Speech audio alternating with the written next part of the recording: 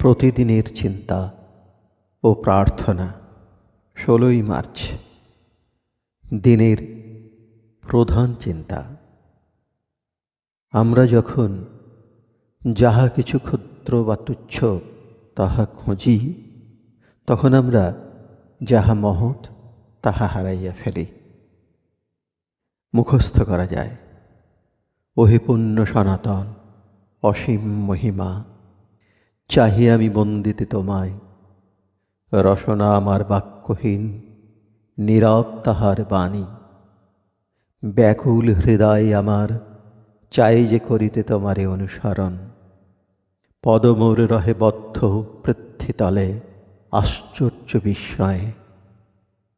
করিবে কি মুক্ত মোর আমিত্ব শৃঙ্খল, তবে আমি পারিব চলিতে পশ্চাতে তোমার, হয়ে বাধাহীন।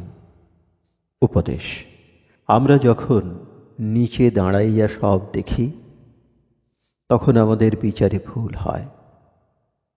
আবার যদি আমরা উপরে উঠিয়া তাকাই, তবে এক মহিমা দর্শন করি।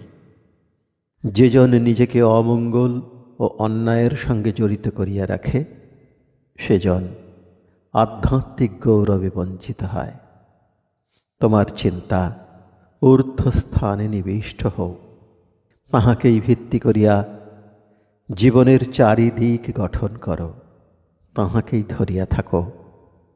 তবেই তুমি নূতন জীবন লাভ করিবে।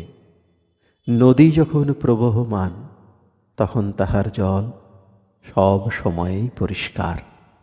সেইভাবেই আমরা যদি জীবন প্রবাহকে ঊর্ধ্বমুখী করিয়া তুলিয়া রাখিতে পারি, তবেই আমাদের জীবনধারা পুনঃ পুনঃ সঞ্জীবিত হইবে।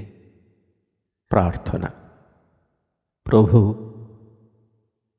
তুমিই এই বিশ্বের জ্যোতি। কৃপা করো যেন আমি তোমার অনন্ত আলোকালয়ে প্রবেশ করিতে পারি।